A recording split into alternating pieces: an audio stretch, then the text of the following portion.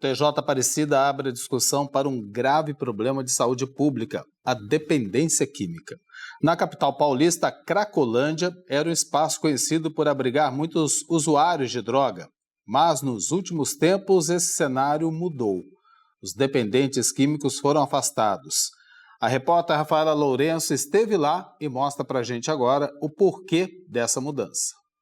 Há cerca de um mês, a Cracolândia, em São Paulo, que chocava a todos por aglomerar centenas de pessoas para a compra e consumo de drogas, está assim, vazia. Um mês e pouco atrás, mais ou menos, num domingo, sábado para domingo, assim, aí de manhã eu levantei para ir para pão, no mercado, padaria, e não vi nenhum na rua, né, mas eu não tinha ido para lado de cá ainda.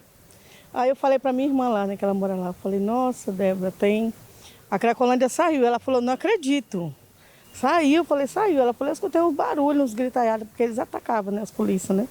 Porque eles não queriam sair, às vezes tirava eles para lavar e eles achavam ruim também. O nosso serviço mesmo das oficinas caiu muito, né, devido o pessoal se assusta, né, devido o pessoal vem fazer compra, fica com medo, fica assustado, não pode largar carro na rua. Muitas vezes a pessoa passa, mas passa com medo, guardando o celular, escondendo. Mas o negócio aqui era muito triste. Mas melhorou depois que afastaram um pouquinho a Cracolândia, hoje está bem mais melhor. Historicamente, o fluxo da Cracolândia é migratório. Já esteve presente por décadas na região da Estação Júlio Prestes, na Luz. E aqui, neste entroncamento de ruas na Protestantes, último local de maior concentração, os dependentes químicos se dispersaram. Essas pessoas estão espalhadas por toda a cidade em grupos menores, principalmente nos bairros Santa Efigênia, Santa Cecília, República e Campos Elíseos. A gente tem o dado que é o sumiço das pessoas e é necessário levantar o questionamento de cadê as pessoas, se elas não estão aqui, estão onde e estão em quais condições. Acho que para a gente que acompanha esse território sistematicamente há anos, tentando incidir um pouco na perspectiva das próprias pessoas que estão na rua sobre o que seria ideal que fosse feito para que as pessoas tivessem melhores condições, para que as pessoas saíssem dessa condição de alta vulnerabilidade, nos impactou muito chegar aqui e não encontrar as pessoas. Porque, de repente, numa segunda-feira de manhã, eu que estou sempre aqui, cheguei aqui, as pessoas simplesmente não estavam. O que essa situação nos informa? O que essa situação nos informa é que tem uma política se dando aqui, uma certa política de um higienismo em que tudo bem as pessoas desaparecerem e a gente não conseguir responder aonde elas estão. Não é poucas pessoas. A aglomeração aqui estava se dando em torno de 400 pessoas, entende? Por fim, mas já no finalzinho assim, dos últimos dias, quando isso aconteceu. A gente foi tendo informação de que houve uma grande operação num sábado à noite, muito violenta, em que as pessoas apanharam muito e que teve aí essa informação dada pelas forças de segurança de que elas não deveriam mais voltar para cá. Essa informação não foi confirmada pelas forças de segurança, nem pelas informações mais, podemos dizer assim, mais oficiais do poder público, de que houve esse pedido ou mesmo expulsão das pessoas. Mas todas as vezes que a gente conversa com as pessoas, com as que estavam aqui, elas vão nos informando isso. Além do monitoramento da segurança pública, a Prefeitura afirma que 1.600 agentes fazem abordagens oferecendo serviços de saúde e assistência social. O vice-prefeito disse que tiraria os equipamentos de saúde. Então, por exemplo, a gente tem um CAPS, aqui o CAPS 4 de atendimento, né, de frente à Praça Princesa Isabel. Aqui mesmo, no Teatro de Container, aquela tenda ali, é uma tenda da Prefeitura, no qual os serviços de saúde e de assistência social usava como ponto de apoio, que está sendo desativada já imediatamente, entende? Tem uma série de serviços de distribuição de alimentos, que eles disseram que também vai cessar esses serviços. Fora outros serviços que já estavam sendo minados, como aqui muito perto na Praça Júlio Prestes já tinha um serviço de tenda onde as pessoas podiam entrar, tomar banho, lavar roupa, que também já tinha acabado, eles também já tinham retirado esse serviço. Então, quer dizer, tem uma proposta de que a tentativa de retirar as pessoas de maneira opressora e sistemática, de que para isso é necessário que se retire os atendimentos. O Teatro de Container da Companhia Munguzá, localizado na antiga Cracolândia, recebeu uma ordem de despejo da Prefeitura no último mês. O poder público quer construir um conjunto habitacional da CDHU aqui. Mas o posicionamento do teatro é de resistência. Afinal, uma das formas de ressocialização e resgate da dignidade é pela cultura. Quando a gente pensa em teatro, geralmente as pessoas pensam num prédio. É também isso, mas o teatro ele é todo um movimento que acontece, pelo menos o teatro que a gente faz, que é um teatro de grupo, que é um teatro de pesquisa, que é um teatro conectado com o bairro. Então as nossas ações não são só uma caixinha escura onde as pessoas vão assistir, não, a gente sempre quer comunicar para fora. Então nosso trabalho ele é sociocultural, sabe? É o teatro como pontes, é o teatro como relações, como encontros, porque não faz sentido a gente pegar esses containers, essas caixas e levar para um outro lugar onde a gente não tem conexão nenhuma. Não é assim que a gente trabalha, não é assim que a gente funciona. O espaço de caráter popular, que também acolhe outros coletivos, recebeu o apoio público de museus e artistas, como a atriz Fernanda Montenegro, para a permanência no local. Foi um presente, né? Porque é isso, a grande atriz do teatro, do cinema nacional, está do nosso lado, é muito forte. E os outros artistas que estão se manifestando também são muito importantes, porque, de alguma maneira, a gente faz um trabalho muito importante, porém a gente não tem tanta essa visibilidade como essas pessoas. E elas se posicionarem ajuda muito o teatro. Por nota, o governo do estado detalhou o projeto com 91 unidades habitacionais e destacou o trabalho com a prefeitura para combater a criminalidade, tráfico de drogas e oferecer apoio aos dependentes químicos. Abre aspas. A ação conjunta levou à diminuição do número de usuários, roubos e furtos na região. Fecha aspas.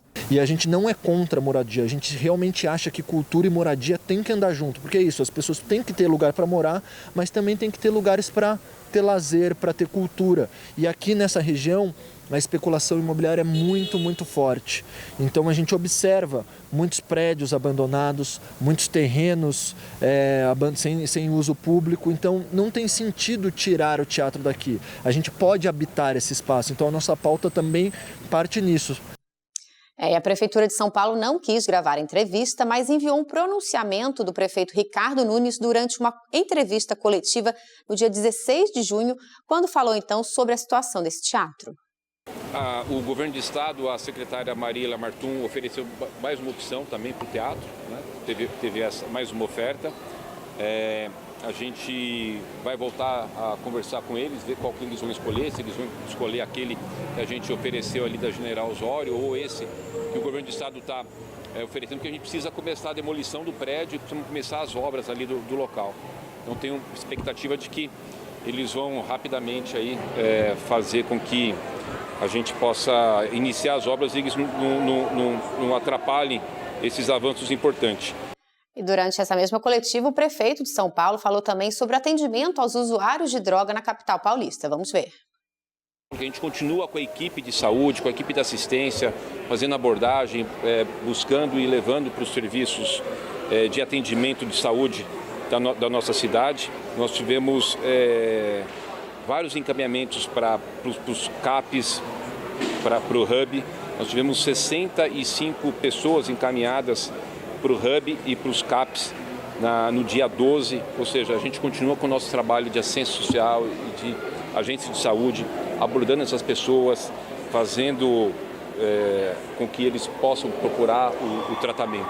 É um trabalho contínuo que a gente vem fazendo e que a gente comemora os avanços que tivemos, mas permanece aí todos os dias, de todos os 7 dias da semana, acompanhando, indo até as pessoas, convencendo elas a ir para tratamento. Alguns vão, desistem, voltam para a rua. E nós seguimos falando sobre a Cracolândia. O esvaziamento da região reacendeu o debate sobre a segurança pública e o combate ao tráfico em São Paulo. O governo aponta a operação como um avanço, mas o destino dos usuários ainda é incerto. A questão envolve muito mais que polícia, pai de saúde, inclusão e assistência. E é sobre isso que a gente fala agora. A gente recebe aqui nos estúdios do TJ Aparecida, por videoconferência, o vice-governador do estado, Felício Ramute, e o psicólogo e pesquisador da Universidade Estadual Paulista, o Thiago Calil. Sejam bem-vindos ao TJ. Uma boa tarde para vocês. Boa tarde, Rayane, Letícia, Eduardo. Parabéns pela iniciativa. Vai ser um prazer também conversar com o Thiago, falar um pouquinho dos trabalhos do governo do estado. E aí você me diz como é que vai funcionar, porque a gente eu posso já falar alguma coisa em relação à reportagem que foi exibida. Sim, vice-governador, a gente vai começar justamente com o senhor para perguntar sobre o esvaziamento da Cracolândia, né? Ele foi resultado de uma operação planejada ou consequência de ações pontuais ali na região? Olha, Rayane, Letícia, Eduardo, todos que estão nos acompanhando. Tudo isso começou há 2 anos e meio atrás. Tá certo que muita gente não acompanhou esse trabalho, porque foi um trabalho feito principalmente com ciência, resiliência e paciência. Esse plano, inclusive, foi anunciado por mim mesmo, ao lado do governador, ao lado do prefeito Ricardo Nunes, em março de 2023. E nós ali pontuamos tudo o que iríamos fazer e estamos cumprindo exatamente aquilo que nós nos comprometemos a fazer. Esse plano de ação surgiu depois de eu, pessoalmente, escutar muitos especialistas na área, inclusive de todas as matizes ideológicas. Conversei com o padre Júlio Lancelotti, Eduardo Suplicy, especialistas. Eu costumo falar sério brincando ou brincar falando sério, que quando a gente junta 3 especialistas na área, são 5 opiniões diferentes. Então, o que a gente fez foi ver aquilo que era comum de todos. Eu lembro lá atrás, e vocês também vão lembrar, logo que o governador Tarcísio assumiu, pensava-se que ia fazer internações compulsórias, né? Algo do gênero. Nada disso foi feito. Com muita ciência, baseado nas experiências de Amsterdã, Zurique, Viena, Lisboa, Nova York, claro, quando a gente traz para a realidade da legislação brasileira, então a gente criou esse plano de trabalho. E eu vi ali na sua reportagem, por exemplo, muita gente perguntando onde estão esses usuários. Eu acho interessante que todas as matérias vão até aquela região vazia, mas até agora, até hoje, vai uma sugestão para o TJ Aparecida, visitar as casas terapêuticas, os hospitais especializados e as comunidades terapêuticas. Hoje nós temos 1.200 usuários da Sena Aberta de Uso dentro dessas unidades de cuidados e tratamentos. Seria interessante visitar essas unidades, conversar com esses usuários, perguntar como foi a abordagem. E também preciso dizer que é um trabalho que envolveu milhares de servidores, né, da saúde, da segurança pública e da assistência social, servidores do Estado e servidores do município. Pela primeira vez, nós tivemos uma coordenação desse trabalho. Eu fui nomeado coordenador pelo governador, né, Edson Ortega, no início dos trabalhos, e hoje o vice-prefeito é o coordenador por parte da prefeitura. Nós realizamos reuniões semanais de cada tema, saúde, social e também da segurança pública. Então, foi uma ação que foi acontecendo, foi diminuindo o número de usuários. Na verdade, se iniciou lá na Rua dos Gusmões, quando a gente assumiu, por volta de 2.500 até 3.000 usuários. E na última semana, e é importante dizer, transparência absoluta, viu? A gente divulgava o número de pessoas que tinham na Sena de Uso no site do governo do Estado. Na última semana, diferente do que é afirmado pela antropóloga, nós tínhamos 118 pessoas na parte da manhã. Nos últimos dias, chegamos a ter 50 pessoas na Sena Aberta de Uso. Então, o que nós oferecemos foi justamente aquilo que se preconiza no mundo inteiro. Muita ciência e atendimento de saúde, convencimento para a internação. Também tivemos apoio de igrejas, igreja evangélica, igreja católica, a Cracolândia, e criamos o hub de cuidado com crack e outras drogas. Esse equipamento não existia antes do nosso governo. Criamos 40 casas terapêuticas. Então, tudo isso para quê? Para oferecer autonomia e independência. Mas, por fim, para que eu também passar a palavra para vocês, para o Tiago, importante dizer que todo o nosso trabalho está e tem um repositório de dados. Tudo isso tem dados, eu sei o perfil de cada pessoa que estava na Cracolândia. Vou dar um último exemplo. Nós fizemos abordagens lá e qualificamos. O que significa isso? Nós sabíamos exatamente quem estava lá. Desde o início do nosso trabalho, nós encontramos, por exemplo, 222 pessoas em estado grave de vulnerabilidade e uso de crack. Fomos acompanhando eles ao longo das semanas. Para vocês terem uma ideia, nas últimas 2 semanas, nós tínhamos 4 apenas desses 222 que permaneciam na Sena Aberta de Uso. Paralelo a isso, o trabalho da segurança pública, não como disse a antropóloga, para espancar o usuário, muito diferente disso, mas para fechar ferros velhos que faziam parte do ecossistema criminoso do tráfico de drogas, para fechar bares que vendiam drogas, para fechar pensões que tinham prostituição em troca de dinheiro para depois a compra de drogas ou uso de drogas. Operação da Polícia Civil, do Ministério Público, enfim, um trabalho de muito empenho de todos esses profissionais, resumidos por alguns como um dia que a polícia atuou com violência. Perceba que não tem nenhuma imagem até hoje, nenhumazinha imagem que mostra qualquer ato de violência dentro da Sena de Uso. Eu até vi em outras emissoras uma imagem de ruas que não são da Sena Aberta de Uso, onde teve uma atuação até, na minha opinião, feita de forma errada por um guarda civil municipal, mas que não era na cena aberta de uso. Afinal de contas, tudo que é alegado pelas pessoas que são contra o nosso trabalho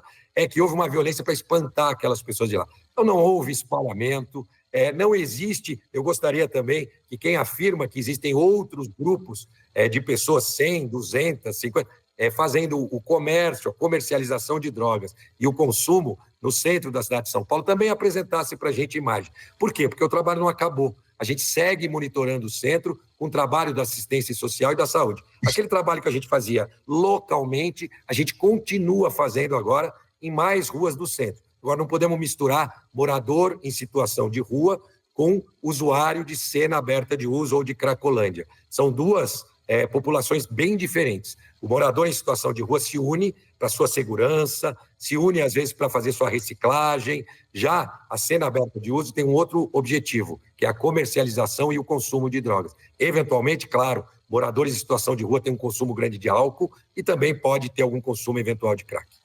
Felício, eu vou permitir agora também a palavra para o Tiago, né? Porque o Tiago ele tem uma pesquisa bem aprofundada sobre a Cracolândia. Estava ouvindo atentamente o que o vice-governador estava falando e falando sobre toda essa operação para retirada lá das pessoas dependentes químicos da Cracolândia. Como é que você acompanhou, então, Tiago, todo esse processo?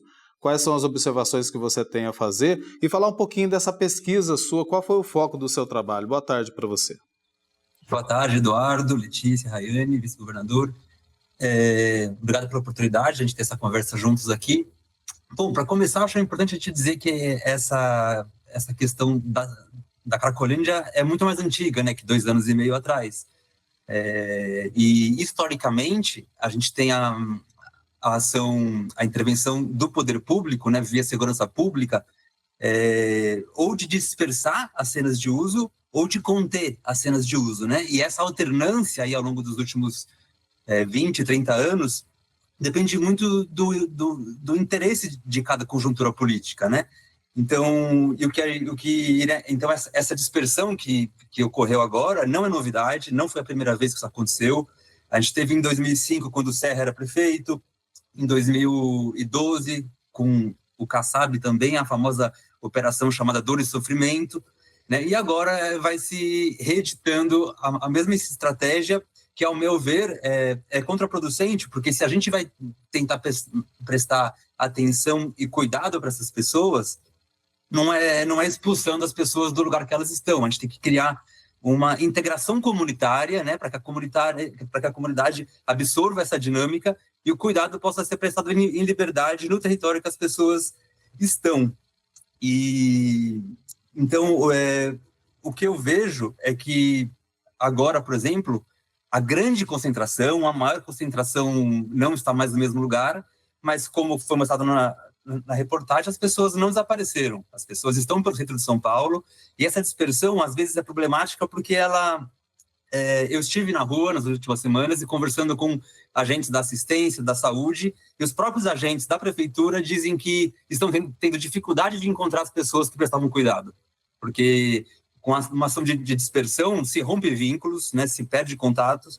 Então, para além de dificultar o próprio trabalho do poder público em oferecer esse cuidado, também fragiliza a rede de sociabilidade das pessoas que estão em situação de rua, porque as pessoas em situação de rua também têm sua rede ali de apoio e de proteção, né, seja entre eles ou com a comunidade do entorno, e quando essa ação de dispersão se rompe essas redes e torna a condição de vulnerabilidade muito mais intensa para essas pessoas, além de gerar e aumentar conflitos comunitários, porque, como a gente sabe, a Cracolândia tem uma dinâmica itinerante ao longo dos anos, né? E essa dinâmica ela muitas vezes é itinerante justamente por causa das intervenções e escolha que o poder público faz. Então, quando essa dinâmica migra para outros pontos da cidade, essa problemática vai afetando também outras áreas. Então, vai gerando conflito entre as pessoas que estão de rua, os moradores, os comerciantes, né? E eu posso também dizer que, historicamente, acontece, e agora não é diferente, a violência policial, sim, é muito presente, né? Hoje de manhã eu estive na rua e vi, né? E a violência, ela se apresenta de várias formas, né? Não é só espancamento, pancadaria. Tem várias camadas de violência que a gente precisa estar atento. Hoje de manhã estava muito frio, e a GCM estava pedindo para as pessoas acordarem e andarem. Ou seja, tem uma orientação muito clara de o poder público não permitir que as pessoas fixem no mesmo local. E numa noite fria, pedir para as pessoas saírem andando, para mim também é um ato bastante violento, assim, né? Para além das agressões físicas que também acontecem, principalmente no período da noite, onde tem menos visibilidade, né? Então, essa dinâmica não é novidade. Eu acho que a gente precisa estar muito atento com os interesses que estão em jogo por trás dessas estratégias, né? A gente sabe que o centro de São Paulo está passando por uma grande transformação, e agora com o anúncio de que o governo do estado vai transferir a sede do governo para os Campos Elíseos, essas ações também entram como uma complementação desse projeto, que acaba afetando não só a população de rua, mas toda a comunidade que historicamente ocupa esses espaços, né? Diversas quadras nessa região estão sendo lacradas, estão sendo demolidas, né? E as pessoas que vivem historicamente ali estão sendo expulsas do centro da cidade, né? Então a gente precisa estar atento para um projeto muito maior, um interesse político e econômico que coloca as pessoas de fato que vivem nesse espaço, inclusive as pessoas em situação de rua que fazem uso de drogas, em segundo plano, né? A gente precisa ter isso muito claro. E, ao meu ver, o que a gente tem que pensar como estratégia de cuidado é oferecer moradia digna e de qualidade para as pessoas no território onde elas vivem e não expulsá-las dali, né? Então, eu acho que a gente precisa avançar como sociedade.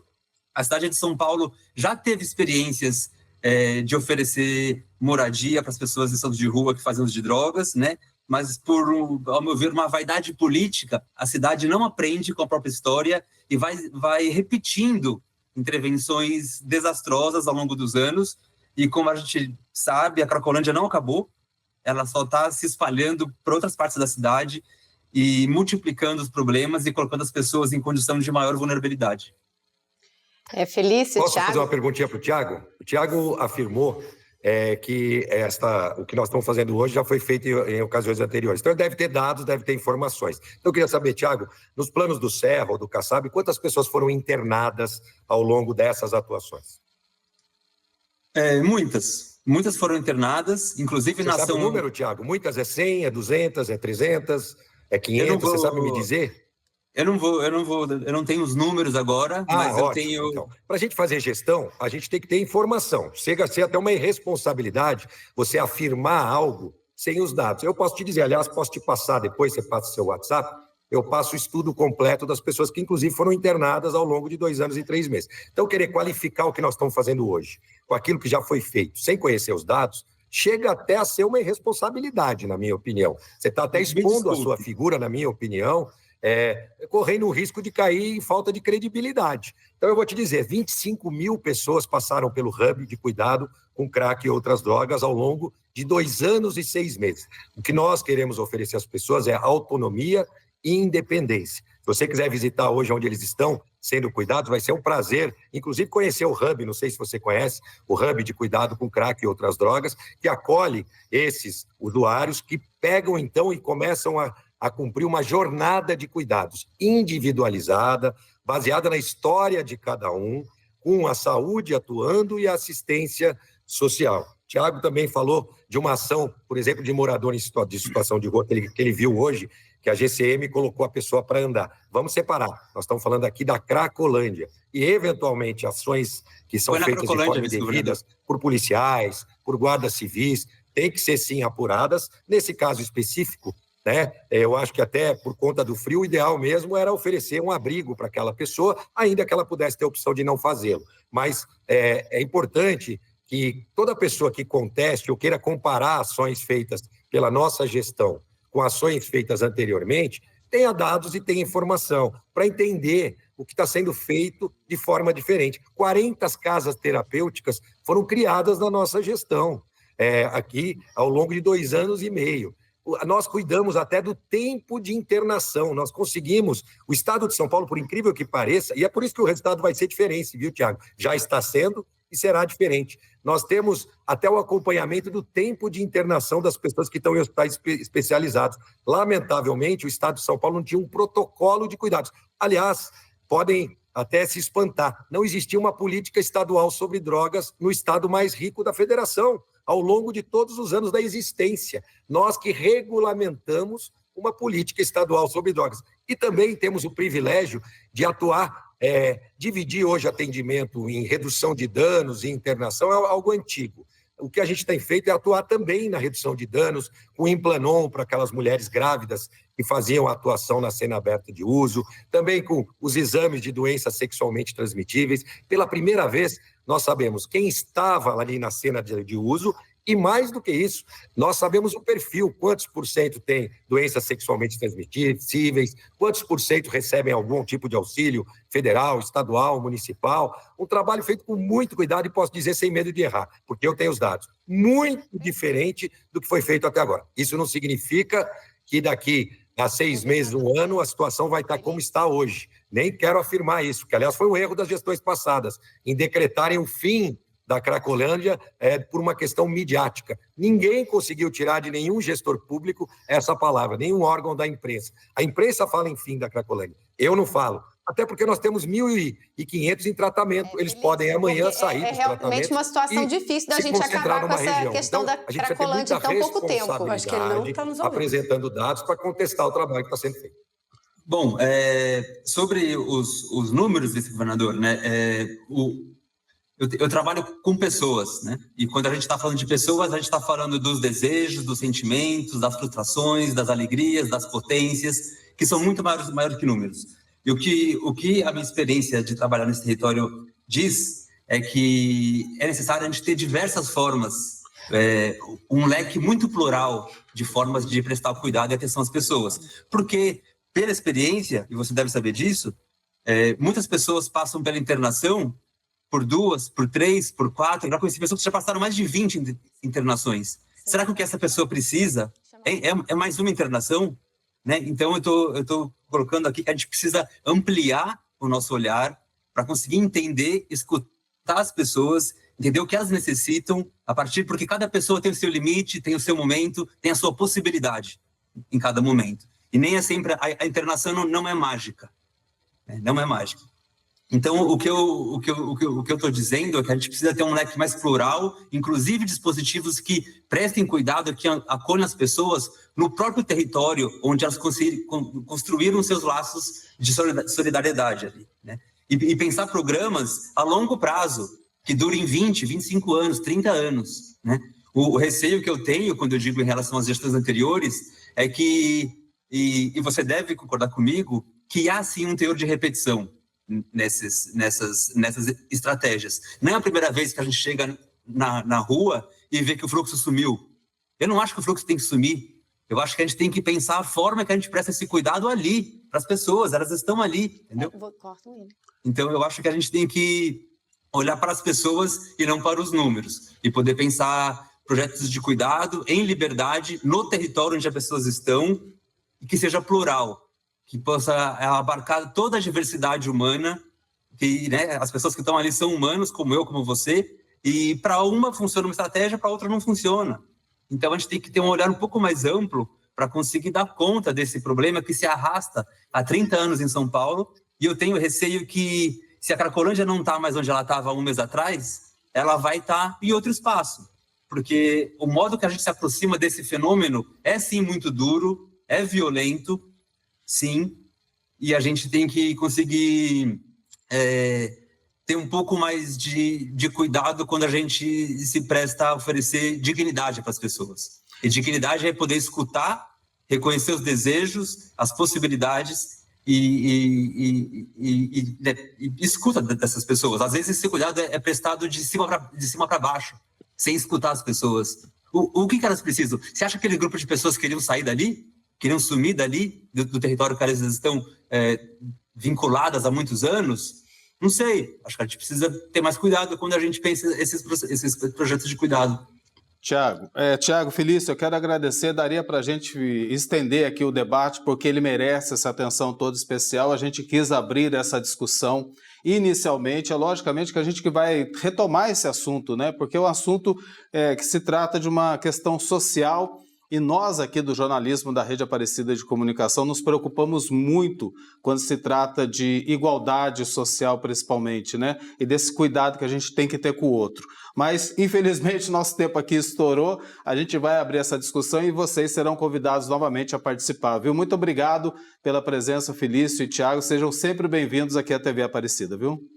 Eu que agradeço a oportunidade. Tiago, estou à sua disposição também para encaminhar os dados, até para que as críticas, sugestões sempre são bem-vindas para que a gente possa cuidar das pessoas. De fato, esse é o foco do governador, o meu foco, o foco de todos esses profissionais, inclusive muitos psicólogos, colegas seus que atuam ali nas cenas abertas de uso. Obrigado pela oportunidade. Obrigado, também estou muito seguro da minha credibilidade com o meu trabalho e fico à disposição, caso o senhor queira conhecer um pouco mais, e a gente pode ter uma conversa um pouco mais frutífera. Obrigado. Um abraço para vocês. Obrigada,